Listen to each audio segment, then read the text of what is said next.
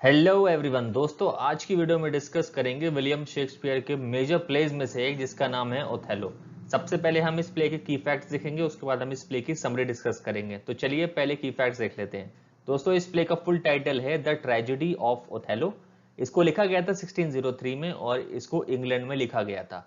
दोस्तों, इसको पब्लिश कराया गया था 1622 में और इसका लिटरेरी पीरियड है रेनेसां पीरियड। दोस्तों, इसका यॉनर है ट्रेजेडी और इसकी सेटिंग लोकेशन है वेनिस, साइप्रस में। तो चलिए, ये तो हो गए की फैक्ट्स। अब इसकी समरी डिस्कस करते हैं। रॉडरिगो नाम का एक अमीर आदमी दोस्तों अपने दोगले और धोखेबाज दोस्त इयागो से मिलता है और उससे शिकायत करता है कि उसने डेस्डेमोना और ओथेलो की सीक्रेट शादी के बारे में उसे क्यों नहीं बताया। अब रॉडरिगो खुद भी डेस्डेमोना को चाहता था दोस्तों, लेकिन अब उसकी ओथेलो से शादी की खबर सुनकर दोस्तों वह बहुत ज्यादा अपसेट हो गया था। दोस्तों, डेस्डेमोना ब्रबेंजियो की बेटी थी जो ड्यूक ऑफ वेनिस के एक मिनिस्टर थे, जबकि ओथेलो जो था वो ड्यूक का मिलिट्री जनरल था। उन दोनों की शादी का दोस्तों अभी ब्रबेंजियो को भी पता नहीं था। इयागो ओथेलो से बहुत ज्यादा नफरत करता था क्योंकि उसने उसकी जगह उसके दोस्त कासियो को लेफ्टिनेंट का रैंक दे दिया था और वो इसी वजह से उससे बदला लेना चाहता था। अब दोस्तों, इयागो अपने दोस्त रॉडरिगो से कहता है कि वो टेंशन ना ले और बहुत जल्दी वह उसे डेस्डिमोना से हमेशा के लिए मिलवा देगा। फिर वो रॉडरिगो से कहता है कि जाकर बेबेंजियो को बताओ कि ओथेलो उसकी बेटी को भगाकर ले गया है। यह सुनकर दोस्तों रॉडरिगो बेबेंजियो के घर की ओर चला जाता है, लेकिन उधर इयागो ओथेलो के घर जाकर उसे बताता है कि बेबेंजियो वहां आने वाला था। इस तरह दोस्तों इयागो दोनों तरफ चलने वाला एक दोगला और धोखेबाज इंसान था। अब आगे दोस्तों, जब रॉडरिगो ब्रबेंजियो को उसकी बेटी की शादी के बारे में बताता है तो वह गुस्से से पागल हो जाता है। वह दोस्तों उसी वक्त ओथेलो के घर के लिए चला जाता है, लेकिन जब वहां पहुंचता है तो देखता है कि ड्यूक के सिक्योरिटी गार्ड्स वहां खड़े थे। वो दोस्तों ओथेलो के लिए ड्यूक का मैसेज लेकर आए थे। एक्चुअली दोस्तों हुआ क्या था कि तुर्क सेना उनके आइलैंड साइप्रस पर हमले के लिए आ रही थी और ड्यूक ने यानी राजा ने ओथेलो को बुलाया था, यानी अपना बुलावा भेजा था उन सैनिकों को भेज के। ड्यूक के गार्ड्स को देखकर बेबेंजियो ओथेलो को कुछ नहीं कहता, लेकिन मन में सोच लेता है कि ड्यूक के सामने भरी महफिल में वो ओथेलो की इस हरकत के बारे में बताएगा, जिससे उसकी बेइज्जती भी होगी और उसे सजा भी मिलेगी। इसके बाद ओथेलो ड्यूक से मिलने के लिए जाता है। अब आगे दोस्तों बेबेंजियो भी उसके पीछे पीछे ड्यूक के महल पर पहुंच जाता है। ड्यूक ऑफ वेनिस के दरबार में ब्रेबेंजियो ओथेलो पर इल्जाम लगाता है कि उसने अपनी बेटी पर जादू टोना करके उसे अपने वश में कर लिया है और अपने साथ भगाकर शादी कर ली है। फिर वो कहता है दोस्तों कि ओथेलो को कड़ी से कड़ी सजा दी जाए, लेकिन यह सुनकर ड्यूक और बाकी मिनिस्टर्स ओथेलो को अपनी बात रखने के लिए कहते हैं। ओथेलो दोस्तों कहता है कि उसने डेस्डिमोना पर कोई जादू टोना नहीं किया है, बल्कि वह उसकी युद्ध की कहानियां सुनकर उससे प्यार करने लगी थी। उन्होंने लव मैरिज की। यह सब दोस्तों सुनकर सब लोग कन्विंस हो जाते हैं और ओथेलो के खिलाफ कोई एक्शन नहीं लेते। अब आगे दोस्तों बेबेंजियो इन सब से गुस्सा हो जाता है और वहां से चला जाता है, लेकिन जाते जाते कह जाता है कि जिस तरह डेस्डिमोना ने मुझे धोखा दिया है, खुदा करे एक दिन वह तुम्हें भी धोखा दे। इयागो दोस्तों इस बात को नोट कर लेता है। इसके बाद ड्यूक ओथेलो से कहते हैं कि वेनिस आर्मी को साइप्रस आइलैंड पर ले जाओ और वहां तुर्क आर्मी से लड़ाई करके उन्हें हरा दो। यह दोस्तों आदेश मिलकर ओथेलो साइप्रस के लिए रवाना हो जाता है। उसके साथ दोस्तों डेस्डिमोना, उसका नया लेफ्टिनेंट कासियो, इयागो और इयागो की पत्नी एमिलिया भी जाते हैं। एमिलिया डेस्डिमोना की हेल्पर थी दोस्तों और इयागो अपने प्लान में उसका इस्तेमाल करना चाहता था। आगे दोस्तों ओथेलो और बाकी सब लोग साइप्रस पहुंचते हैं। तभी वहां के गवर्नर मोंटेनो उन्हें बताते हैं कि एक तूफान ने तुर्क सेना के जहाजों को बर्बाद कर दिया है, बचे कुचे तुर्क वहां से भाग गए हैं। यह सुनकर दोस्तों ओथेलो और बाकी सब लोग बहुत खुश हो जाते हैं।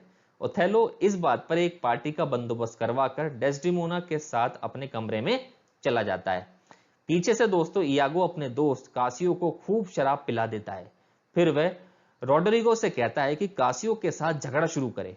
रॉडरिगो दोस्तों ऐसा ही करता है और दोनों के बीच तलवार से लड़ाई शुरू हो जाती है। तभी गवर्नर मोंटेनो वहां आ जाते हैं और उन दोनों को छुड़ाने की कोशिश करते हैं, लेकिन इसी बीच दोस्तों कासियो गलती से उसे घायल कर देता है। तभी दोस्तों ओथेलो वहां आता है और सारी बात की इंफॉर्मेशन लेता है। इयागो इस तरह से बताता है दोस्तों कि जैसे सारी गलती कासियो की ही हो। सजा देने के लिए ओथेलो कासियो का रैंक छीन लेता है, यानी उसकी पोस्ट छीन लेता है। इससे कासियो बहुत ज्यादा दोस्तों अपसेट हो जाता है। बाद में दोस्तों इयागो उससे कहता है कि डेस्डेमोना बहुत दयावान है, उसके पास जाकर रिक्वेस्ट करे कि ओथेलो से बात करके उसका रैंक यानी पोस्ट फिर से वापस दिलवा दे। कासियो दोस्तों इसके लिए मान जाता है। आगे दोस्तों इसके बाद इयागो ओथेलो के पास जाता है और उसके मन में कासियो और डेस्डेमोना के रिश्ते के बारे में शक पैदा करने की कोशिश करता है। वो कहता है दोस्तों कि उसने उन दोनों को मिलते जुलते देखा है। एक दिन डेस्डेमोना से उसका रुमाल गिर जाता है दोस्तों। यह रुमाल ओथेलो ने उसे गिफ्ट के रूप में दिया था पहले। इयागो की पत्नी इमिलिया उस रुमाल को उठा लेती है, लेकिन इयागो उससे वह रुमाल मांग लेता है। इमिलिया उसे रुमाल दे देती है, लेकिन उसे कुछ भी पता नहीं था कि इयागो उस रुमाल का क्या करने वाला था। आगे दोस्तों एक दिन इयागो फिर से ओथेलो को बताता है कि कासियो चुपके से डेस्डेमोना से मिलने गया था। इससे ओथेलो को उन दोनों पर शक हो जाता है और वह इयागो से कहता है कि एविडेंस मिलते ही वह डेस्डेमोना और कासियो को जान से मार देगा। इसके बाद दोस्तों वह इयागो को लेफ्टिनेंट का रैंक दे देता है, जो पहले कासियो का था। आगे दोस्तों एक दिन इयागो डेस्डेमोना के रुमाल को कासियो के सामान में छुपा देता है। वो बियांका नाम की एक लड़की जिसे कासियो पसंद करता था, उसे पैसे देता है और एक झूठ बोलने को कहता है। फिर वो ओथेलो से कहता है कि वह कासियो से डेस्डेमोना और उसके अफेयर के बारे में बात करेगा और आप चुपके से उसका रिएक्शन देखना। तभी इयागो कासियो से बियांका के बारे में बात करने लगता है। कासियो भी उससे चुपके से मिलने की बातें करता है, लेकिन इयागो इतने धीरे बोलता है कि ओथेलो को लगता है कि डेस्डेमोना की ही बात हो रही थी।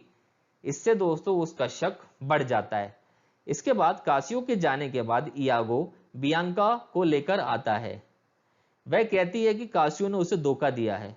उसने उसे एक गिफ्ट दिया था, लेकिन वह गिफ्ट उसे पहले ही किसी और लवर ने दे दिया था। तभी दोस्तों इयागो कासियो के सामान में ढूंढकर ओथेलो को वह रुमाल दिखाता है।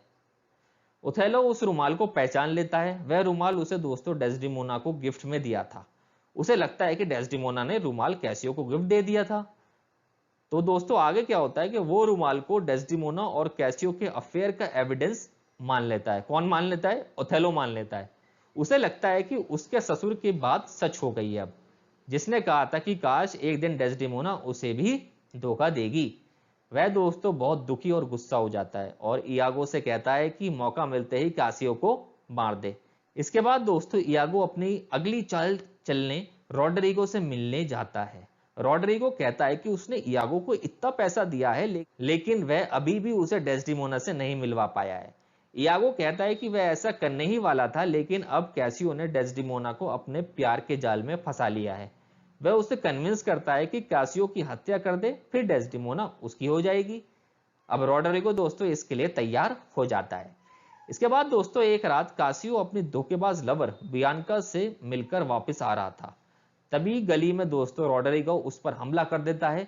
उसने अपना मुंह नकाब से ढक रखा था, लेकिन दोस्तों कासियो रॉड्रिगो को घायल कर देता है और उसे देख भी लेता है। पर तभी दोस्तों इयागो पीछे से कासियो पर हमला कर देता है और उसे जख्मी करके अंधेरे में भाग जाता है। तभी दोस्तों कुछ लोग कासियो की मदद के लिए आते हैं। वह कहता है कि रॉड्रिगो ने उस पर हमला किया है। इयागो को लगता है दोस्तों कि अब रॉड्रिगो को गिरफ्तार कर लिया जाएगा और वह उसका नाम ले देगा। इससे उसे भी सजा हो सकती थी, इसलिए वह जल्दी से रॉड्रिगो के पीछे जाता है और एक अंधेरी गली में छुरा मारकर उसका मर्डर कर देता है। फिर वह इन सब का इल्जाम बियांका पर डाल देता है। आगे दोस्तों उधर घर में ओथेलो डेस्डेमोना पर धोखा देने का इल्जाम लगाता है और गला घोंटकर उसका मर्डर कर देता है, यानी डेस्डेमोना की डेथ हो जाती है। तभी दोस्तों इमिलिया वहां आती है और हेल्प के लिए चिल्लाती है। मोंटानो और कुछ सोल्जर्स भी वहां आते हैं। इयागो भी वहां पहुंच जाता है। ओथेलो दोस्तों सबको डेस्डेमोना की बेवफाई के बारे में बताता है और एविडेंस के लिए उस रुमाल को दिखाता है। लेकिन दोस्तों इमिलिया रुमाल को पहचान लेती है। यह रुमाल डेस्डेमोना से कहीं गिर गया था, जो उसने उठाया था। फिर उससे वह रुमाल उसके पति इयागो ने ले लिया था।